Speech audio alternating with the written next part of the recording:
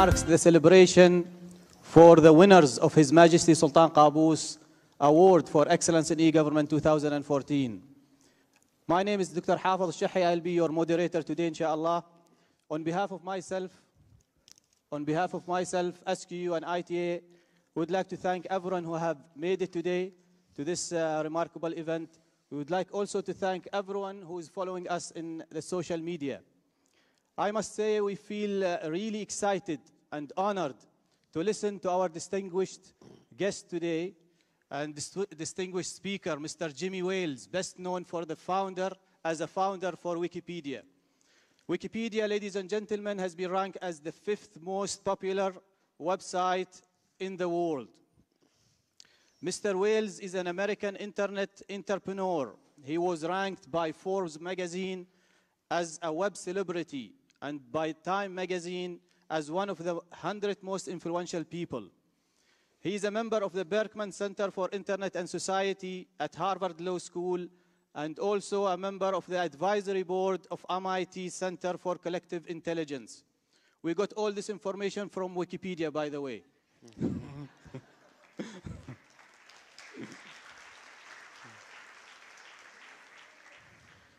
Early this year, he was named one of the 25 web superstars by the Daily Telegraph. He usually explains his motivation about Wikipedia by saying, "I imagine a world in which every single person on the planet is given free access to the sum of all human knowledge." What a wonderful vision. Without further ado, ladies and gentlemen, help me welcome our distinguished speaker, Mr. Jimmy Wales.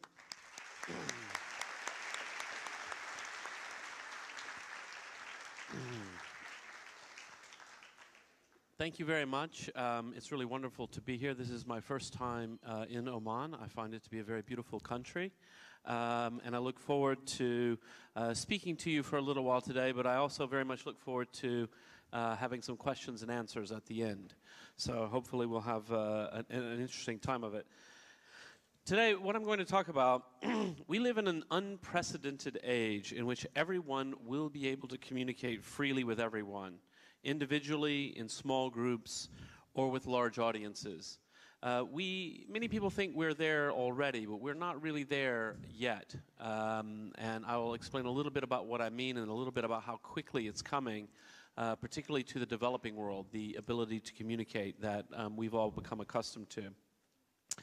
Wikipedia shows one path forward that I think is a very hopeful path in terms of having a system in which people come together and collaborate in a spirit of openness and kindness and thoughtfulness that is in many ways better than some of the other ways that people interact online, where there can be a lot of hostility and rumor and so forth.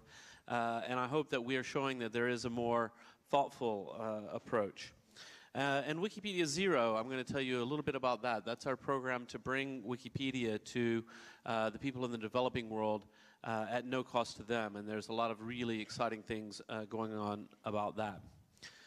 This is a time in which young people have enormous opportunities to change the world. The ability to innovate, to create new things, to create new ideas and bring them forward is better than it has been in a very, very long time. And to take advantage of these things, we have to really expand our thinking and think about what are the global opportunities. And this is a big part of what I talk about today. As was said, the original vision for Wikipedia is for all of us to imagine a world in which every single person on the planet is given free access to the sum of all human knowledge. That's what we're doing at Wikipedia, and every element of this vision statement is important. When we say every single person on the planet, this means that our project is inherently global, and it is also a project that is inherently intended to benefit people far outside the confines of where we currently find the internet. This is for every single person on the planet, and so there's a lot of work left to do there. When I say free access, I mean something very particular by that. By free access, we mean not just it doesn't cost anything, but everything in Wikipedia is freely licensed, meaning you have the right to copy it, to modify it, to redistribute it, to redistribute modified versions, and you can do all of these things commercially or non-commercially. Our community is putting these things out there for the world for you to reuse and adapt for whatever purpose you may have. And this has fueled a huge number of really interesting projects as people are able to take Wikipedia in Spanish, for example, and put it onto CD-ROMs and send it to schools in rural Argentina where the children normally wouldn't have access to the internet, but now they can have access to Spanish language Wikipedia.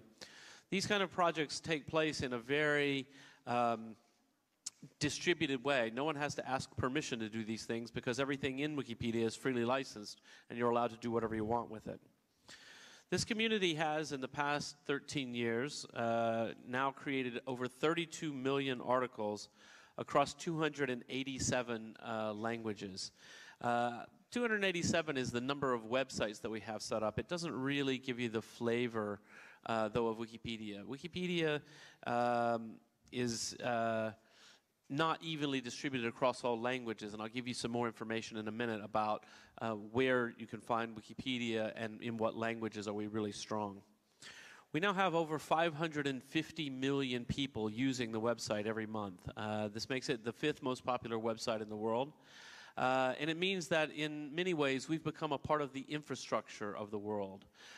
Everyone who is on the internet is using Wikipedia as their first stop for lots and lots of basic information about history, about politics, about culture, about movie stars, about sports figures, about everything. And this gives us a really strong need to have a sense of responsibility in our community. And a responsibility that we invite you to come and join us and take part in making Wikipedia as good as it possibly can be. Some of the key statistics for Wikipedia. We have now 10 languages have at least 1 million entries. We have 48 languages with at least 100,000 entries. We have 128 with at least 10,000 entries. And we have 234 with at least 1,000 entries. So as I said earlier, even though we're in 287 languages, the truth is there's about 50 languages where we have a really strong presence, and a lot of smaller projects that are very exciting and growing quickly. And then we have a lot of very, very small projects that still need a lot of help. The last 50 or so languages in Wikipedia have under 1,000 entries. So these are very small communities who've really just gotten started. These are the language typically of Africa, some of the smaller languages in various places around the world. But there's a lot of work left to do in the developing world with the smaller languages. One interesting language that you may be familiar with is Arabic language. Arabic has always been a very strong member of the Wikimedia community. We currently have 341,000 entries in Arabic. This is interesting because actually when I said earlier that there are 10 languages with more than 1 million, it's really important to understand that a few of these languages may have slightly inflated their statistics in a way that I think is a little unfair. A lot of languages today, they're beginning to use more and more robots to create mass volumes of entries about specific areas where you can generate a pretty decent entry from databases of information. The classic example is species. It's possible to use various databases in biology, scientific databases, to generate huge numbers of articles about every kind of insect in the world. But these aren't really encyclopedia articles in my opinion. And so that article count number I think is unfair to a language like Arabic, and I'll explain a little bit what I mean. Arabic Wikipedia is only around number 22, something like that, in terms of the ranking of number of articles. But I think that misunderstands the situation. It's the 12th largest in terms of the number of active editors. And this is the really key element here. It is the 5th best among the large languages in terms of collaborative depth. Now, what is collaborative depth? This is a very complex measure we use. But basically, you can think about it as something like the number of edits per article. And it's a sign of how much people have actually been personally reviewing and editing and updating and modifying versus one person with a robot basically printing out a bunch of not very interesting entries. And so in terms of genuine collaborative community effort, Arabic Wikipedia is a very, very strong language within the Wikipedia community. And I think that is a result of Arabic Wikipedia being a language that is a meeting ground for many, many different nations. So many, many people come together with different perspectives and different local knowledges, and it generates a very vibrant environment. In terms of the tops per capita, how many articles per capita, what you see is some of the top languages in terms of the number of are these ones: Icelandic, Estonian, Norwegian, Swedish, Finnish. So these are languages where we have a lot of entries, particularly considering how small a number of speakers there are. But oftentimes in these languages, there's not a lot of collaboration and effort because there's not a lot of diversity in those communities. I mean, there's only so many people in Finland, and they all have the same life experiences. And so you don't get the same kind of thing. But why do we get so many entries? Why do we get so much work done in these countries? Well, I have one theory.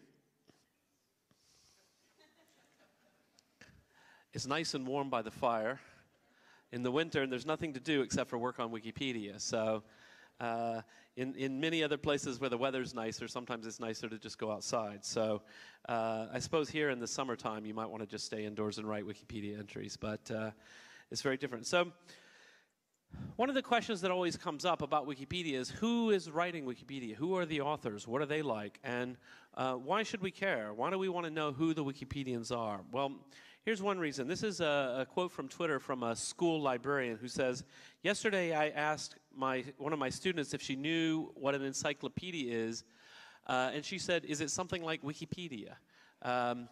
So if you think about Wikipedia is now 13 years old. So if you think about a teenage student, for the entire time that, say, a 17-year-old has known how to read, Wikipedia was there. And certainly in the last 5 years, which would be the age when you would begin to start looking on the internet for your homework or beginning to read things on your own, Wikipedia has been very, very large. And so for the next generation, after your generation that's coming up, they cannot remember a time when Wikipedia wasn't a part of the infrastructure. It's always been there as far as they're concerned.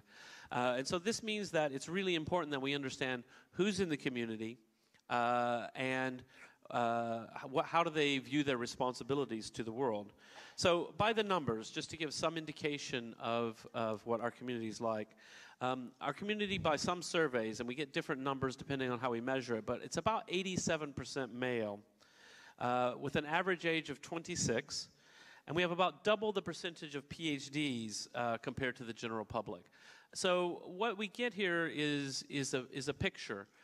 We tend to be overwhelmingly male, and this is a bad thing for many reasons. One of the reasons that this is a bad thing is that we have entries. So the typical Wikipedia editor is someone who's a 26-year-old male computer geek. And so if you want to read our entry about, for example, the USB standard, for plugging things into your computer, it's an excellent entry. It tells the basics, it tells the history, it tells why it works, how it works. Even further down, it tells about the pin diagram, telling you what each wire does in the USB standard. And that's wonderful. But if you are interested in, for example, early childhood development, your 26-year-old male computer geek with no children doesn't know anything about children, and doesn't know anything about early childhood development, and has no interest in the subject. And this means that our entries can be quite weak in those areas. We know that people are interested in different things based on their different life experiences and what stage of life they're at. And so in order to have a fully well-rounded encyclopedia, we need to have participation from everyone, from as many different kinds of people as possible. The age, I'm not so bothered about the age. We're not the youngest website, we're not the oldest website, and in fact we have quite a diversity across our age range. We have some retired people who've made it their life hobby to work on Wikipedia after retirement, and we have some very young people, some teenagers who do amazing work. So I think that's fine. But we do think that we have a real need to focus on the community and to focus on how to make sure that new people feel welcome, and that we have a diversity of views within the community. The real community behind Wikipedia, people often have the idea that Wikipedia is 100 million people each adding one sentence each, and somehow magically that becomes an encyclopedia. But in fact, we've got about 80,000 volunteers, depending on exactly how you define an active volunteer. And then we've got the real community. The core community is about 3,000 to 5,000 people who are very organized and very passionate. And these are the people who are really building Wikipedia. These are the people who are taking small contributions and making sure that they're up to standard, that they're checking everything, that they're being very careful to make sure that all the rules are followed. And these are people who know each other, and they work together on a set of guiding principles. These are people in a community. And this is a really important concept. And I think when we think about the opportunities in the internet, I think one of the things we should really focus on is the distinction between a community and a mob. So when you've got a community like Wikipedia, you've got a group of people and they don't all agree and they have a lot of arguments and discussions and fights, and then they become friends again and so forth, and we have all of our debates, and it's a vibrant, active world. But we actually have a framework where we can move forward and actually resolve conflict and actually come to some kinds of solutions. And then you have something like a mob, which can be a wonderful and exciting thing or a very terrifying thing. And oftentimes, things like Twitter can be as much of a mob mentality as anything else. It's not a place for thought and reflection. It's a place for quick reaction, for short pieces of information. And there's nothing wrong with that inherently, but I think we need more than that. If we really are looking for the opportunities for humankind on this planet, it has to be about thinking really hard and using reason to come to solutions for our problems. And that involves a lot more than the very simple acts of social media. Some of the basic principles that we go by at Wikipedia. One is that Wikipedia is an encyclopedia. So Wikipedia is not a blog, for example. It's not a wide open free speech platform where you can come and write whatever opinion you have. We're always looking for neutrality. In POV, we call it neutral point of view. The idea is that Wikipedia shouldn't take a stand on any controversial issue. We should merely describe what all of the major sides have said.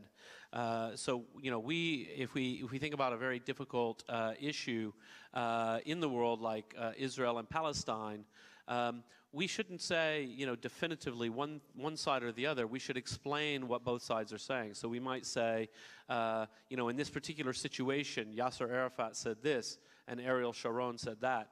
And these are the way that other people have interpreted it and analyzed it. So that when you come to the issue, you're not being fed just one side of the story. You're being fed all of the different sides so that you can then begin to form your own conclusions because you've got all the facts in front of you. Another core principle is free licensing, respecting copyright, no plagiarism.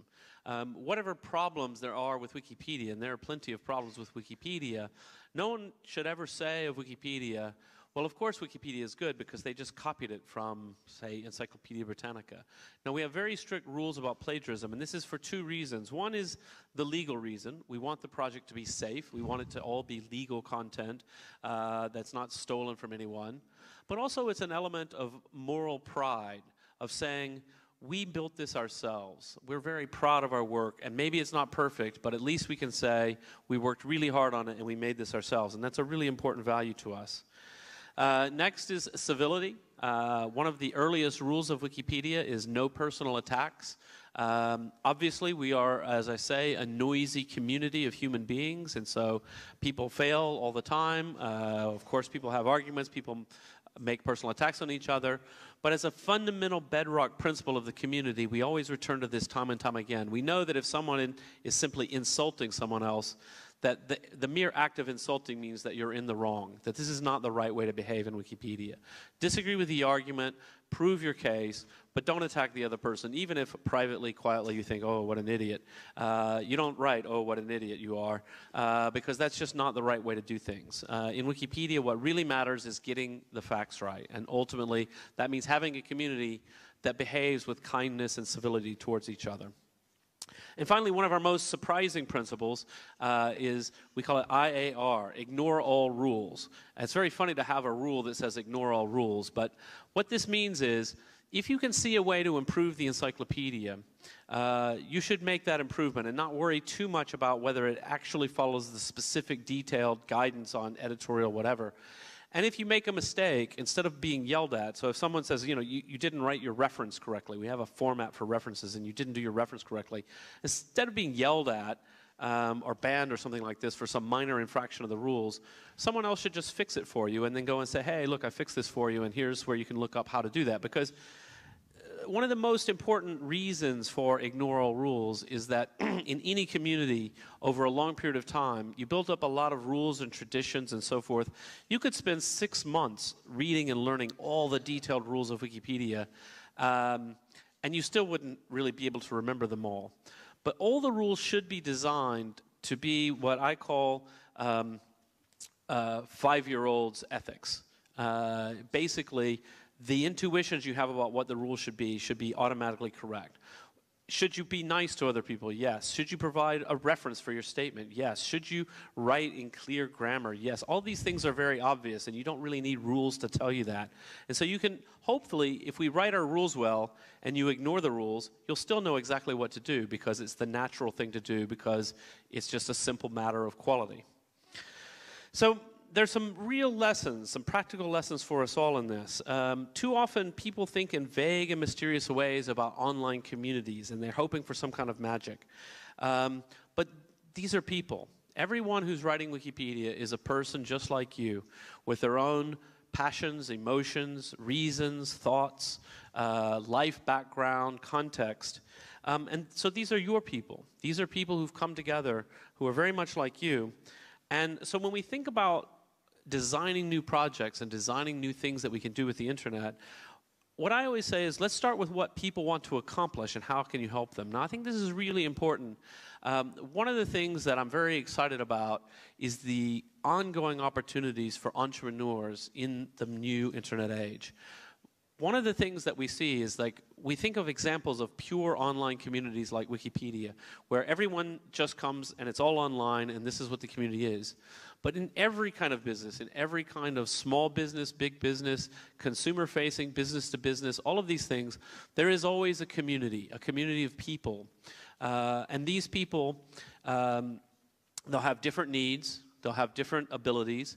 And when I think of some of the great entrepreneurial opportunities out there, they come from exactly this. Thinking about the people in this community, whether the community is, maybe you run a local shop, and so the community is the people who are the customers of your shop. Well, what do they want to accomplish, and how can you help them accomplish that? And what are some of the ways that you can use tools to do that? My approach is exactly the opposite of the term crowdsourcing, which is a term that I think is a very bad and very misleading term. The idea of crowdsourcing is, I have this chunk of work that I want to get done, and much like I might outsource to a country with cheaper wages, to crowdsource means outsource to the crowd. Basically, it's try to trick the general public into doing your work for you. This is a hopeless approach. It almost never works. Often young entrepreneurs come to me with ideas saying, I have this great one. I remember one that that got actually some news coverage, which was about security cameras. And it's very difficult if you've got lots of security cameras, say along the US-Mexico border or somewhere like this. How are you going to monitor them all? And so somebody had the idea of, well, we'll have the computer flag any activity, and then we'll show them to people on the internet. And if anybody sees anything suspicious, they can send us a message. And I thought, okay, you've got a chunk of work you want to get done, and you have this idea of getting the public to do it for you, but you didn't stop to think, why would anybody want to do that? How would that possibly be any fun to sit and watch security camera videos and flag up when something bad has happened? No one wants to do that. Instead, you start with, what are people trying to do? What do they want to accomplish? And how do we help them do that? So finally, I want to talk a little bit about how widespread can all this be. I've hinted at this as we've gone along here. But for me, one of the most important concepts behind the internet is its inherently global nature. And the fact that very quickly it's going to be reaching every single person on the planet. So one of the ways that the internet is reaching people, the most important way for the next billion or the next 2 billion people, is on mobile devices. And so let's talk a little bit about mobile access in the developing world. And here's what you already know. Everybody's heard stories like this. You'll see something about, here's a story from The Guardian. Mobiles give Africa's farmers the chance to sell out their stall. The idea here is that subsistence farmers, they can text across town, they can find out the best offer for the best price for their crops, and they can take their crops directly to market and get the best price. thus cutting out the middleman who may have been cheating them all along because they had better access to information. Another one, how cell phones are helping fight malaria. The idea is in very poor places, people have some sort of a health problem. They're able to contact the Ministry of Health or the local doctor or something like this through text saying, oh, we're having a malaria outbreak here. Can you send someone to help? Well, these kinds of stories are the main stories that people tell about mobile in the developing world. And these are true enough, but I think they cloud your mind. If you're thinking only about these kinds of stories, you're missing something really important that's going on, and it's going on right now, and it's happening faster than most people, even in my industry, realize. Here's what you probably don't know. So this is my phone. Until recently, when I got a very nice Samsung, I use this phone every day in London, where I live. This is a Huawei Ideos phone. A friend of mine bought this for me in Kenya, unlocked, so it's an Android phone, unlocked. He bought it for me when it was $85. The most recent price I've seen for it is under $50. And in fact, there are some other newer phones. This is now about 3 years old, so newer phones that are even cheaper. There are Android phones, they're full Google phones, they have apps, you can play Angry Birds, everything that you do on a mobile phone for around $41 US is the cheapest one that I've found so far. This phone, the screen is a little, it's not as good, but it's perfectly usable. The battery lasts for 3 days, which I bet you can't say about your iPhone. And in fact, one of these phones, I forget which one it is, if you match up, I think it's the MTN Stepa, if you match up the specifications of that phone, the number of pixels, battery life, almost every single specification is nearly an exact match for the original iPhone. And now it's under $50. So what is happening is that they are selling millions of these in Kenya alone, millions and millions of these across Africa, across India, across China. And so at $40, we're still not reaching the poorest of the poor on the planet, but we're reaching much further down the economic ladder than anybody had predicted just 5 years ago. Let's look at another measure, internet usage. Let's just look at one country, Nigeria. In 2000, just 0.1% of the country was online. In 2006, 3.1. By 2009, 16.1. And by the end of this year, that number is set to be nearly 40%. So nearly 40% online in a very short period of time, and that's just continuing to grow. Why is this happening? Well, bandwidth. In January of 2002, the entire nation of Nigeria had a connection of 72 megabits per second. Now, to put this into perspective, at my home in Florida, which is in the suburbs, not in the city center, I have Verizon Fios, so fiber optic to the home. I have a 150 megabit connection, which is very nice. I highly recommend it. You can download movies, in 5 minutes. It's amazing. That's more than double the entire nation of Nigeria just this many years ago, 12 years ago. Since then, there's been an explosion, 693 megabits by 2007, and by the end of 2012, over 12,000 megabits per second. And this is the result of they're dropping in new cables from Europe down into Nigeria and then down to South Africa, and then on the other side coming from the Middle East and down. So all of Africa is now experiencing this enormous surge in the total amount of bandwidth, which is having exactly the impact you would predict. The wholesale broadband prices are coming down, and this is beginning to be reflected in the prices to internet cafes, to people's homes, and importantly, mobile data plans. I was in Lagos, Nigeria, and I did a broadband speed test, and I got 9.33 megabits per second. At the same moment, I asked my friend in New York, and he got 8.38, a little bit slower than Lagos, Nigeria. Well, this may not tell you as much about Nigeria as it tells you about the state of the internet in Manhattan, which is quite low. But importantly, when I tweeted these numbers, some local young people in tech in Nigeria said, oh, this is fake, the government's tricking you, that can't be possibly true, the internet's terrible here. But it was true, but the truth is I was at a 5-star conference hotel with a direct connection to the local exchange, and therefore had really fast internet. My point here is I don't want to leave with the idea that everyone in Nigeria has very nice broadband internet. They don't yet. But that it's to the country and that it's coming very quickly to more and more people there. So this brings us back to the question, what are people doing? Once they get online for the first time, are they searching for prices for their crops? Are they reporting malaria outbreaks? Maybe. But again, I think this clouds the mind. When you really look at what's happening in Africa, the top websites across Africa are things like Google, Facebook, Twitter, Wikipedia, local newspapers. All of these things are exactly the same things that are true everywhere. If I look in the United States, what are the most popular websites? If I look here, what are the most popular websites? I'll see the same kinds of things everywhere. In Africa, as people are joining the internet, they are joining the global conversation. They're seeking access to information. They're sharing pictures with their friends. They're talking to people on Twitter. They're searching things in Google.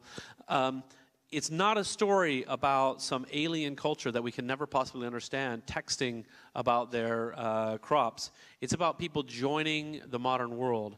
And this is going to have an enormous impact and create actually enormous entrepreneurial opportunities as this untapped resource of hundreds of millions of people begin to have access to educational materials, begin to have access to knowledge, begin to have access to the political information they need to understand the world around them. It's going to have a dramatic impact on the world, and it's going to be a very exciting thing to see. So what you need to know is that the ongoing march of technology is making real and usable internet access available to tens of millions of people across Africa today. And if you think forward 20 years, and in fact I would revise this down to 10 years, we're going to have massive connectivity to the real internet for hundreds of millions of people who are currently not online at all. This is going to have a dramatic impact on the world. So next what I want to talk about is Wikipedia Zero. So when I look out and I see all of these things happening, and I get very excited about the fact that the next billion and the next 2 billion people are going to come online faster than we anticipated, one of the things that we know is that data charges are still very expensive for people. The phones, the physical device itself is becoming cheaper and cheaper, and people are able to use it. But when they get the phone, they're very nervous about using it very much because they can't afford the data charges. This is really important. And so what we're doing is we're going out and negotiating with the mobile carriers around the world and asking them to offer access to Wikipedia with no data charges. The idea here is to say it's a win-win for the carriers. They know that people are getting smartphones but are afraid to top up and afraid to use their data because they can't afford it. And they want to encourage them to give it a try. It's not that expensive. They're just afraid, so give it a try. They want to get them used to using it. They want to fuel demand for smartphones. They can see the future as well. They can see where we're going in 5 or 10 years, and they want to get there first. And so for them, it's a great opportunity to entice more customers onto their platform. And for us, it's the opportunity to fulfill our core mission, which is a free encyclopedia for every single person on the planet. So next, what I'm going to do in closing is show you a video. This is a video of some young people in South Africa who they heard about the Wikipedia Zero program, and they launched an online petition, a letter, which I'm going to play, and you'll see them reading their letter, their petition to their mobile companies, and you'll see what happened there. So hopefully the sound will work.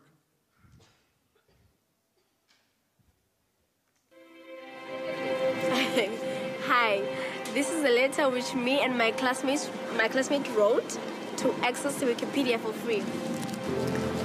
It goes as follows. Open letter to CellC, MTN, Vodacom, and ATA.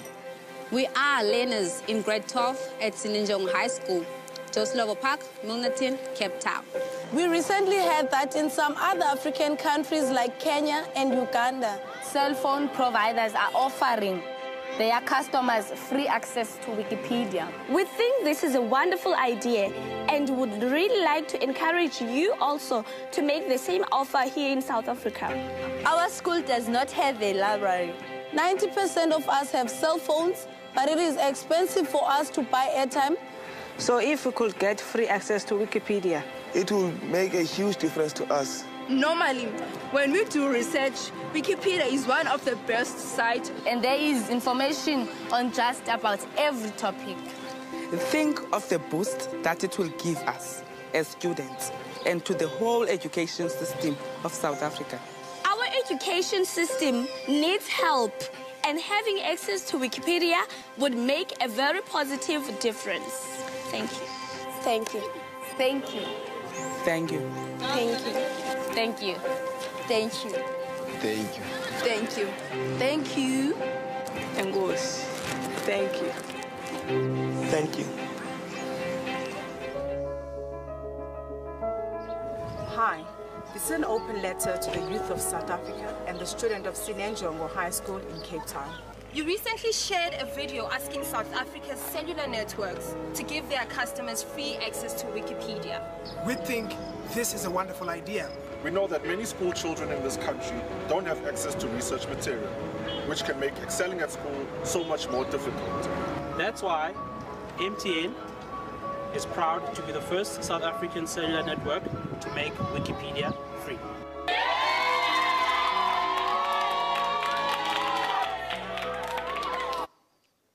Thank you.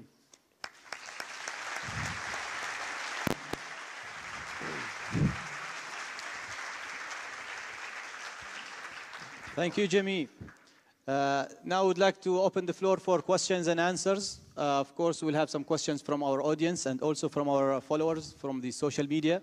But before we do that, I would like to get the honor to ask the first question. Sure. Okay. You have touched on the advancements of the mobile computing and also on the social media. Do you think these advances were too fast for some of the people, which might have created a gap between the young generation and decision makers? So how do you see the future shaping the countries and the governments in that regard if we don't bridge that gap between the young and the old? Yeah, I mean, I think it's a really critical issue. One of the things that we see all around the world is politicians attempting to deal often with some of the real problems who don't understand the technology at all. And then they attempt to pass laws that don't make any sense at all and don't solve the problem. So we have real, real problems online with cybersecurity. So people, botnets, stealing credit card passwords, credit card numbers, passwords. We have problems of spam emails. Real, actual criminal problems that are going ignored. Oftentimes because the politicians don't really even understand where to begin or what to do about it. So that's a big problem. And then we also have, I think, some fundamental shifts in understanding that happen.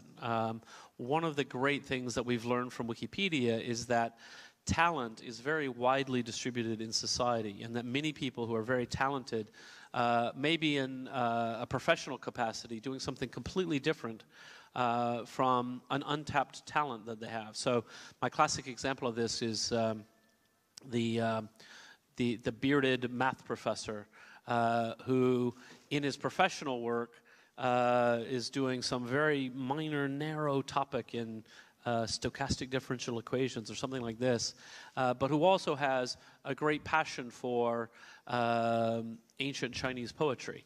And as a hobby has amassed a huge amount of knowledge and is willing to share that knowledge, but has no professional outlet for that because in academia people get channeled down a very narrow path.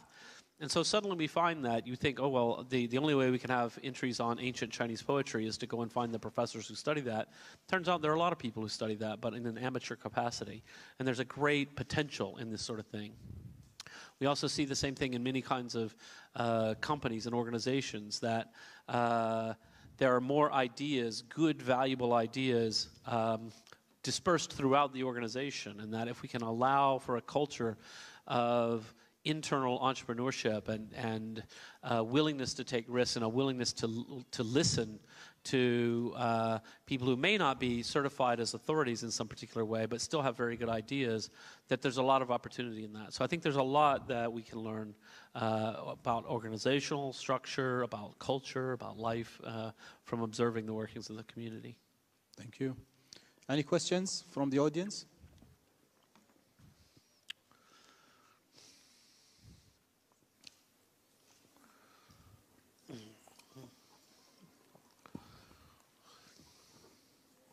Morning. Rashad Al-Wahabi from Sultan Qابوس University. My question is about the copyright of the monkey selfie. What do you think about that case? I mean, how Wikipedia can deal with such future cases? I mean, with David Slaughter or with any other photographer regarding such kind of, copyright type cases. Thanks. So I'll explain the story because not everyone will have heard the story of the monkey selfie. So there's a photographer who, well, the story, there's different versions of the story, but he basically gave a camera to a monkey. It was a group of monkeys and cameras, and the initial story was that the monkey had just grabbed the camera and taken a photo of himself. It turns out it was a little bit more staged than that. But what happened is this, I mean, it's a really funny picture of this monkey doing a selfie, just like any human might do a selfie. This is after many, many, many tries. I mean, you give a monkey a camera and eventually maybe they'll take a picture of something useful. And the question arose, someone had uploaded the photo to Wikipedia, and the question arose as to whether or not the photographer who owned the camera had copyright in it. And what's interesting about this is that the law is incredibly clear that, in particular US law is very clear, but in many other jurisdictions the law is very clear that works of culture or art done by animals don't have copyright. Another important principle is that who owns the camera is irrelevant from the purposes of copyright. So when you walk into one of these little tourist photo booths and it shoots a strip of 4 photos that you put in your dollars and make a silly picture, just because they own the camera doesn't mean they own the copyright. You do. You're the one who took the photo. And so the law is very, very clear about this, that the copyright doesn't belong to this. Where it gets really interesting, though, is there are cases of National Geographic, I believe, puts cameras on animals and sends them out into the wild to take photos, and they claim to have copyright on that. I think if they were challenged in court, the court would say they don't have copyright on that. Just because they own the camera doesn't mean it. These are new issues that never came up before, and one of the reasons they never came up before is because in the past, copyright was, you might call it an industrial regulation. It didn't impact ordinary people at all because it just wasn't an issue. You didn't have anything under copyright. Now, all your photos and everything else. So it's very interesting. So my view is that the photo's not copyright, but my view is also it's an interesting question as to whether the copyright law should be changed. And then the factors you'd want to look at is to say, well, look, if a monkey just stole your camera and took a picture, obviously you have nothing to do with it. No one owns the copyright. It has no copyright. But if you went and you deliberately staged an event and an environment to create this kind of effect, maybe that is enough creativity to give rise to copyright. That's really for the courts to decide. I think it's very interesting. My question is, how old were you when you founded the Wikipedia, and what motivated you? So I was 34 when I founded Wikipedia. And this is actually quite interesting. There was I saw this Q&A. I sometimes go on Quora, which is a Q&A site, and somebody said, what do people in Silicon Valley plan to do once they're over 30 and therefore over the hill? And I said, wow, this is really, really bad thinking. I mean, the idea that entrepreneurs, that successful entrepreneurs, we all have this model in our mind that's based on mainly Mark Zuckerberg, of someone incredibly young who has a fantastic idea and becomes a multi-billionaire in just a short period of time. In fact, this is not a realistic view of entrepreneurs. In fact, the numbers show in Silicon Valley the most successful entrepreneurs are not in their 20s. They tend to be in their 30s and 40s, and they tend to have worked in different startup environments. They actually know what's going on, know what to do. So I encourage students to stay in school, unless you've got a good idea like Mark Zuckerberg, drop out of school, sure, but and in general, seek experiences. If you want to be an entrepreneur, seek experiences that will help you to become an entrepreneur. So that doesn't necessarily mean take a job at a big company, because big companies won't necessarily teach you to be an entrepreneur, but take a job at a small company, take a job at an entrepreneurial company, and see how to build a small business, how to build something that's growing and exciting. That's a great way to do it. So I was 34. What motivated me? Well, I'd been an entrepreneur for a while, had an internet company doing various things. We did early blogging, we had a little search engine and so forth. The main thing was I had seen the growth of open source software and saw that software that's mostly written by volunteers was becoming really dominant in running the internet infrastructure. I thought that was a very interesting phenomenon. How did that happen? What were the conditions that made that possible? And could that kind of collaboration be extended beyond just software into other cultural works? And that's how I came to the idea of Wikipedia. I also was motivated, as a kid, I loved my encyclopedias, and I came from a family that very much strongly valued education and lifelong education. Both of my parents went back to university as adults to change careers, and so for me that idea of lifelong learning was always a part of the culture in which I was growing up. Interesting. Interesting, he spoke about entrepreneurship. Here in Oman we are encouraging this culture among job seekers and graduates. But usually they struggle finding the right idea. Do you have any recommendation for the sources for good ideas? Well, I mean, the funny thing is I actually think good ideas are actually not the hard part. I have lots of good ideas. I have lots of bad ideas too, so let's not be too optimistic. But for me, you know, the number of people who I've met who I think have a good idea and never go on to implement it is enormous. Really, to be successful as an entrepreneur, it's about just getting started, getting to work, doing it. It doesn't have to be the perfect idea. One of the things I love to talk about is I have a little speech I do about 10 minutes about failure, where I go through a list of all of the failed businesses that I've done, all the failed business ideas. Even after Wikipedia, I've done some things that failed and some things that were successful. Wikia, which I didn't speak about today, is now the number 17 website on the internet and doing incredibly well. So the idea is fail faster. That's a real Silicon Valley way of thinking about things, which is do experiments, small experiments at very low investment and very low risk and very low cost. Try something in the marketplace. Do a little experiment, do a little test, and find out if something is working or not working.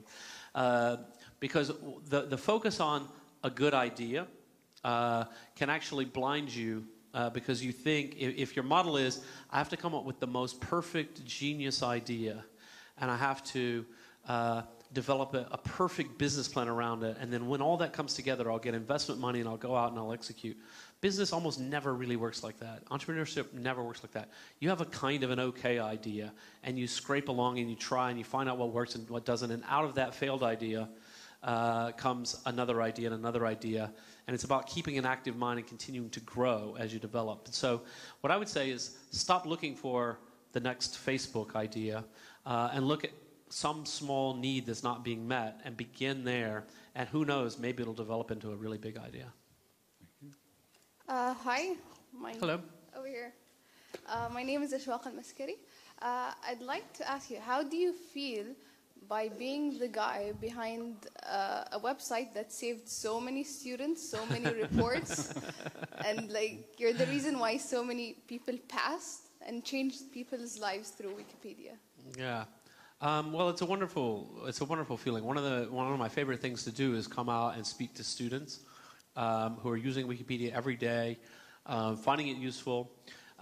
Students tend to know the strengths of Wikipedia and the weaknesses of Wikipedia, and they understand that. And it's incredible to me.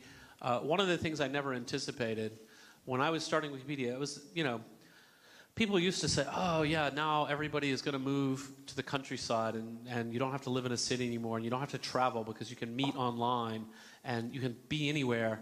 And then, so I started Wikipedia thinking, oh great, I'll never have to travel again. And now all I do is travel all around the world to meet people, because it's a really wonderful thing to connect to people. And it's emotionally, it's just a fantastic thing, meeting so many people who, I mean, this video of these teenagers, you know, that teenagers in a slum in Africa are asking for Wikipedia because they use it and they know it, and they're saying, in my school we don't have any books in the library, but we have Wikipedia. It's incredible. It's such a wonderful thing to be a part of. Hello, Jimmy. It's great to have you today. My question is, how do you maintain the credibility of information you post in Wikipedia? So there are a lot of different mechanisms. So one of the most important I spoke about you know, in my talk, which is it's really important that we consider the health of the community and make sure that people who care about quality are treasured and basically have control within the community. But then within that, there's a lot of different elements, a lot of different ways that we do it. So one example is what we call a wiki project. So one of my favorite wiki projects is Wiki Project Medicine. And so this is a group of people, many of them are medical professionals, but some of them are just editors, hobbyists, people who are interested in the area. And they look after all of the articles in Wikipedia that have something to do with medicine. And they are constantly rating them, quality rating them. They're looking out for them. There's a watch list so you can monitor things that you're interested in. And they're also looking at specific editors. So if someone comes into the area and begins editing, they'll assess the quality of their work and they'll either encourage them to continue or they'll say, look, you can't put bad information into Wikipedia. And so it's a real human process. It's a real community with an organizational structure. It's one of the most important ideas of Wikipedia is that it's not YouTube. It's not, you can't just go and post whatever you like. You can try, but the community won't accept it unless you give valid reasons, good quality sources, and things like that. Obviously, it's noisy. It's a big open community, and so people are always having discussions and debates. It isn't perfect, but it works pretty well. Excuse me, Jimmy. Here, this side. Khalil from ITA. My question is the relation between Wikipedia and other open and free projects. Because I hear one project from the owner of the CAPTCHA and ReCAPTCHA and Duolingo projects about his vision. He was talking about translating the website, the web. And the first target for him was Wikipedia. I don't know if you already have a relation with such kind of projects or not.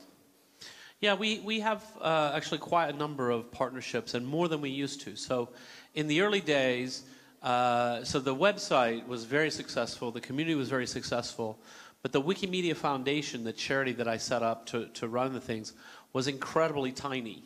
You know, at the time when we were maybe as much as the 50th most popular website, we were still only like 4 or 5 people in the office. And so back then, we had, you know, hundreds of millions of readers,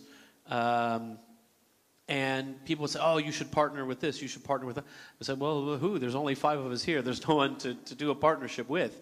Now it's a much bigger organization, and we also have local chapters around the world. So one of the things the local chapters do is we call it GLAM work. Galleries, libraries, and museums. And so the local chapter will partner with the local, say, museum and go and work with them. Sometimes we have a Wikipedian in residence who goes and actually works part-time there to allow the professional curator staff to give them some insight into how to use Wikipedia, how to contribute knowledge to Wikipedia, making sure that photos of all of the objects are in Wikipedia, that everything is covered in a proper way. So we have more and more of those kinds of partnerships. In terms of partnerships with other free culture projects, there's also those kinds of things. So people are doing free textbooks, open source software, those kinds of things. It's all a bit ad hoc. I mean, it just depends on who's doing what and so forth. And we have a diverse set of chapters who are involved in all kinds of things. But we're definitely interested in those kinds of things because we think there's great opportunities to help people accomplish things. Jimmy, I think some of our attendants here are academicians. Would you advise them to cite Wikipedia information? Is it that credible? No, actually. I mean, one of the things that we always say is that, well, when I was at university, if I had cited Encyclopedia Britannica, that would not have been acceptable because that's not the role of an encyclopedia. At the university level, it's not about the quality of the encyclopedia, it's about what an encyclopedia is. An encyclopedia is a general introduction to a subject matter. At the university level, it's not, so maybe for a 12-year-old, if a 12-year-old looks up something in Wikipedia and writes a paper and adds a footnote, we should be happy that they wrote a footnote. That's progress. They actually didn't just steal the idea. They said, oh, I read this in Wikipedia. Great. At the university level, no. Like, you wouldn't cite Encyclopedia Britannica, and it's not about the quality. It's about, no, actually, you should have gone to the sources of Wikipedia. You should have dug deeper. That's what you should be doing at the university level. So the right role is, let's say you're assigned to read a novel about World War II. It's set in World War II, and it's set at the Battle of the Bulge.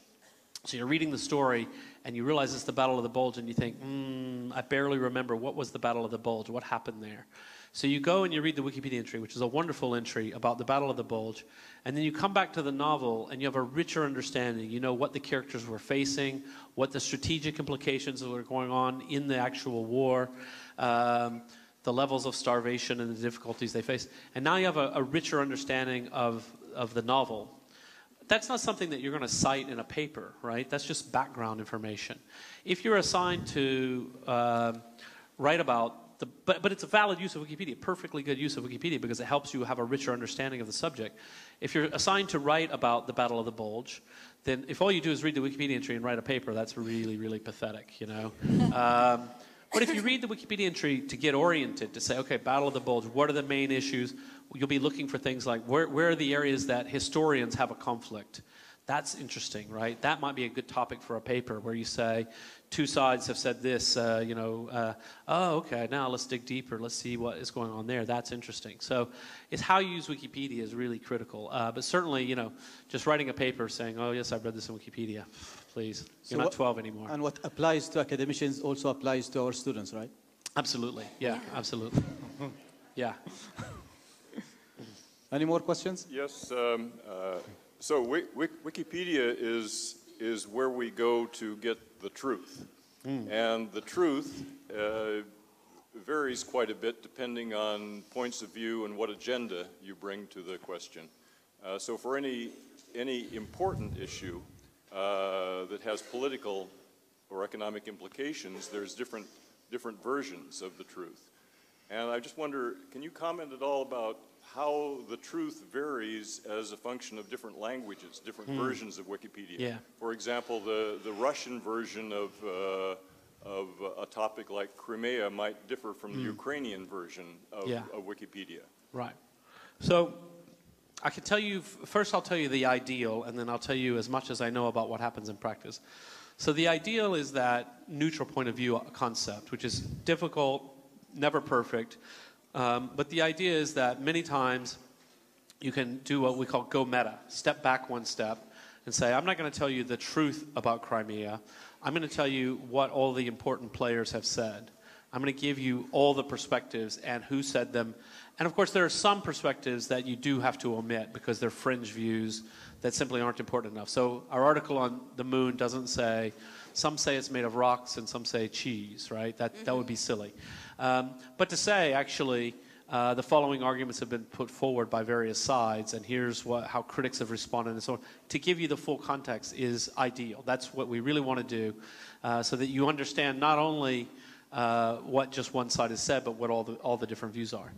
Then the question becomes, what about across different languages? So in general, what we find is actually very positive, that very often two languages, they may have a little more emphasis on what that culture believes versus what the other culture believes, but they do tend to cover all sides, and so mostly it kind of works okay.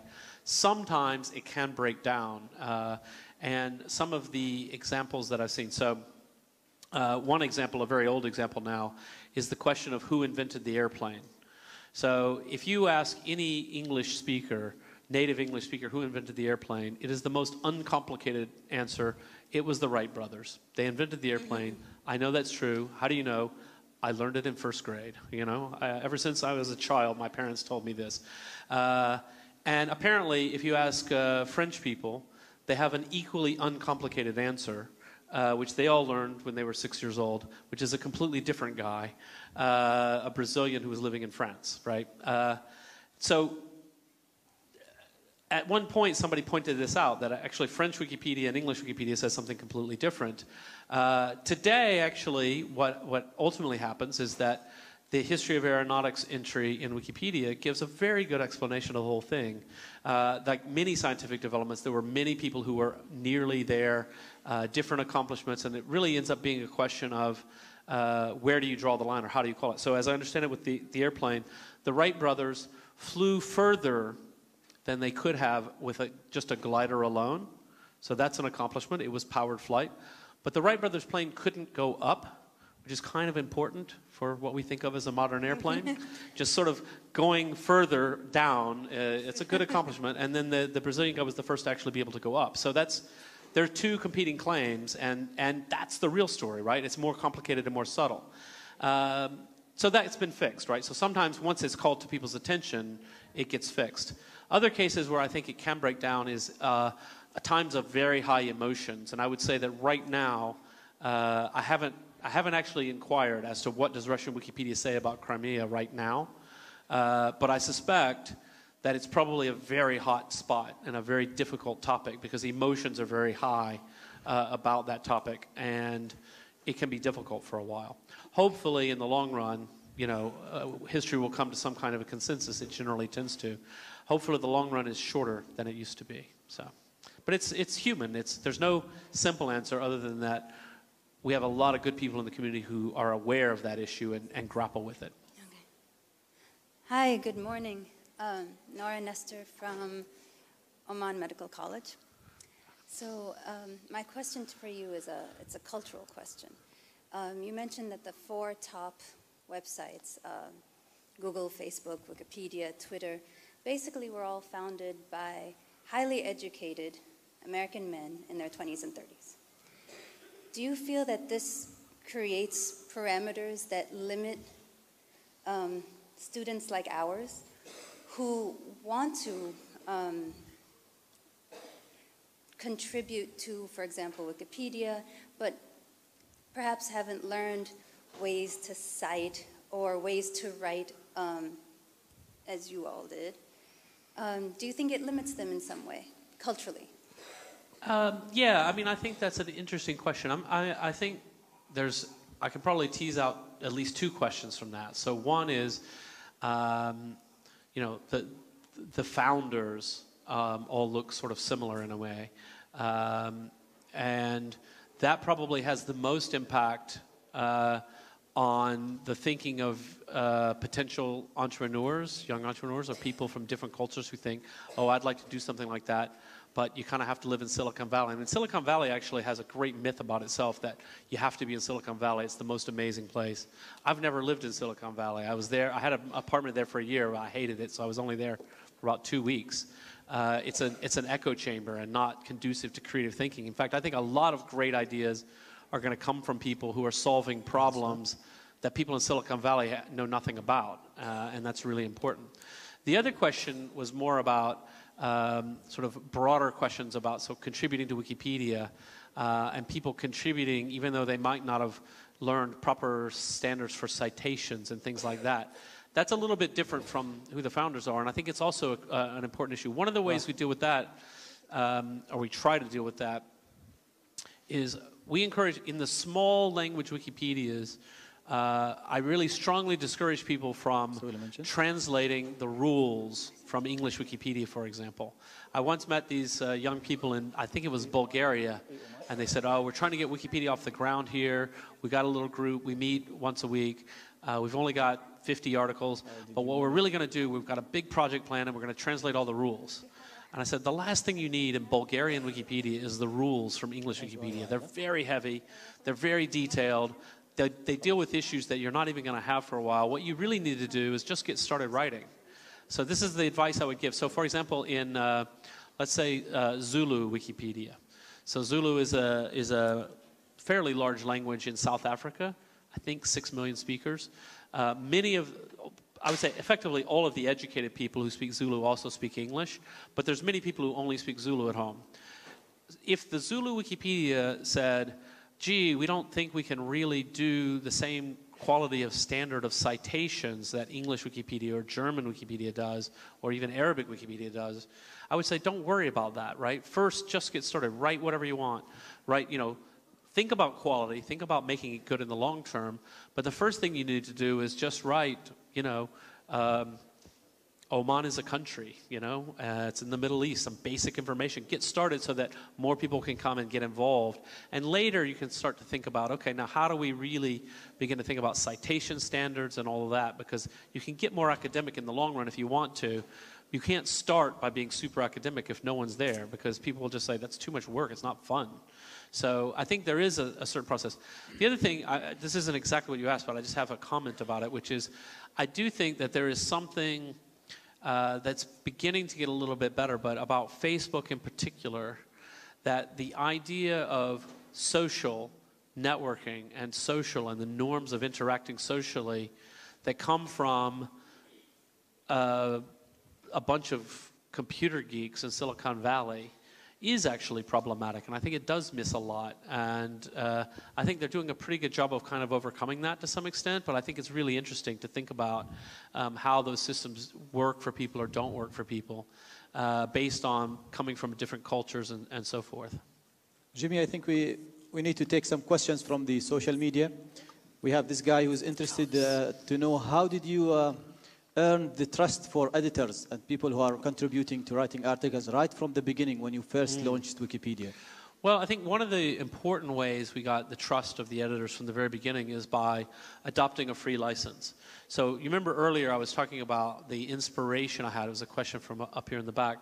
Or what was I thinking at the time? And I was watching the growth of free software. So people pour a lot of time and effort into working on software that they're just going to give away for free. And this is, you know, GNU Linux, Apache, Perl, MySQL, PHP, Ruby on Rails, you know, all of these frameworks, all of these tools that people are using. And the reason they're able to trust each other, when I started looking into it, I said, why would people do this, right? Is because everything's under a free license. And so, you know, if I contribute to the project and you're running the project and you do something terrible, that's okay. The work is still there. I can just take the work, fork it, as we call it, create a branch, find my own community, and we'll just continue the work. And so that was important in the early days of Wikipedia to say, look, it's all under a free license. If I don't do a good job of managing the project, you can take all the content and leave. And in fact, there was one point at which the Spanish Wikipedia, half the community left. They got angry about something and left. And so the free licensing is really key. And it's very interesting that you have kept the same business and community model right from the beginning till now. So what motivated you to keep this kind of model, which is a self-governing model? Yeah, well, it works quite well. You know, the decision to put it into the nonprofit was as much a practical decision as an idealistic decision, also an aesthetic decision. I think it's a beautiful thing, Wikipedia. It occupies a special place in the culture that it wouldn't if it were just another ad-funded website. And yeah, I like it like it is. So why would we change it? Okay. Let's talk about e-government for a while. Now, United Nations is encouraging all the nations to go into this open government approach. Would you consider that this is a nice approach, and would you recommend that for all the countries, or you will feel that some countries might need to be a bit closed sometimes? Well, I mean, I think there's a lot of different things under the heading of e-government, and so the simplest and most basic is just modernizing the services. So here's a classic example. I knew someone who in London 3 years ago, he got a parking ticket, a very minor infraction. He parked in the wrong place, so you know he gets a ticket and it's £20 or something. But it took him a half day to pay it, because the only way to pay it, you had to physically go into the office, stand in a huge line. He couldn't send his assistant to do it because you had to be there yourself personally to pay it. So the actual fine, in his opinion, was, you know, £20 and a half day of labor because he wasn't able to work because he had to go. That's silly, right? That was not what was intended. It's just the way the system works. And the idea that you could go online and pay your fine at that time wasn't true. Now you can, of course. I think it's improved. But that's sort of basic provision of services where you should, and I don't think there's any country that shouldn't do that as much as possible.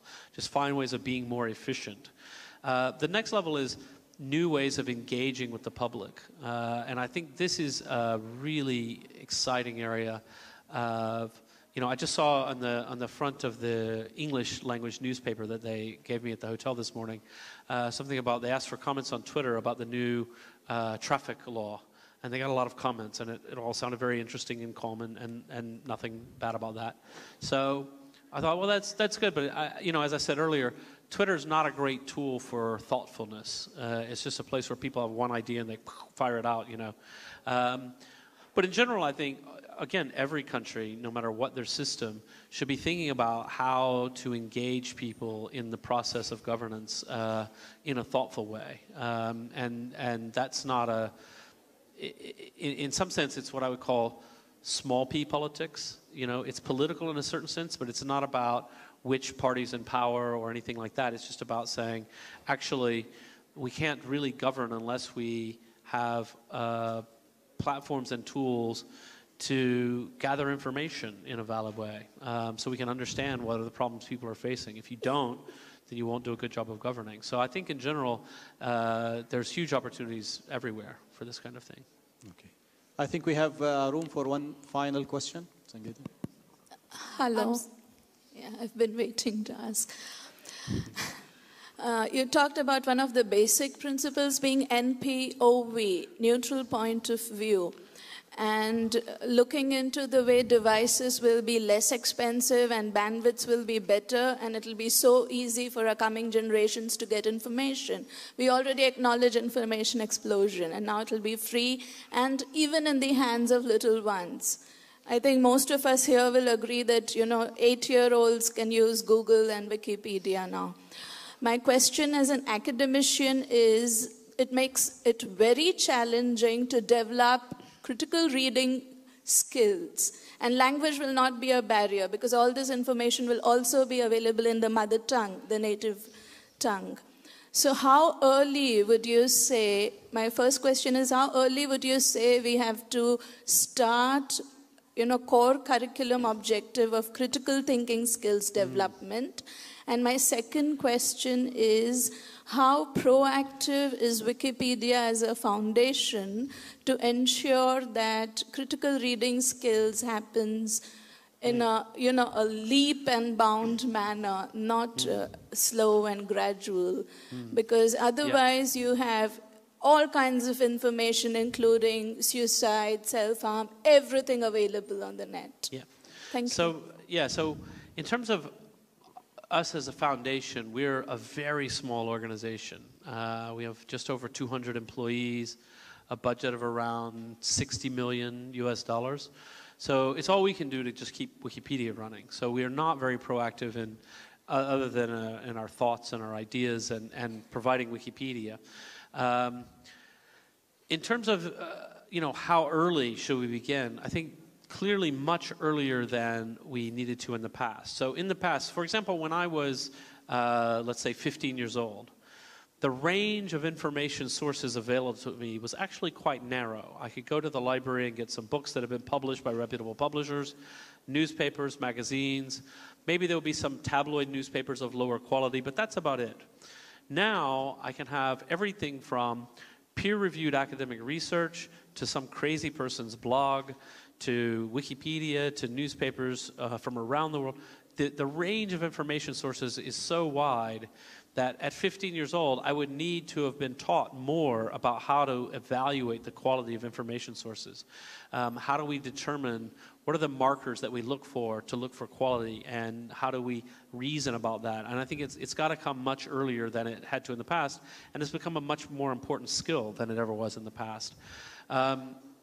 And in fact, I mean, and a piece of that is, it's not so simple as use the highest quality source possible to you, because oftentimes peer-reviewed academic literature, while in one sense is the highest quality, it may not be the right thing for me, simply because I won't be able to really understand it. So where this becomes particularly apparent is in the medical literature. If I only read one out of a body of work of 100 papers about a particular drug and a particular illness, I'll get one tiny piece of information which seems very high quality because it is, but I don't really understand all of the effects. And so what I really need is probably Wikipedia entry, or anyway a synthesis and that sort of thing. So this kind of information literacy needs to be taught at a much earlier age, and I think it can start very young. I'm not really sure. I think it depends on the child and depends on the context, but certainly you know, we see, as you say, certainly by age 10 to 12, lots of kids are using the internet for research and homework, even earlier than that. So, yeah. Thank you so much. It's really important. We'll have to wrap it here, ladies and gentlemen. Thank you for attending. Thanks, ITA, for organizing such a remarkable event.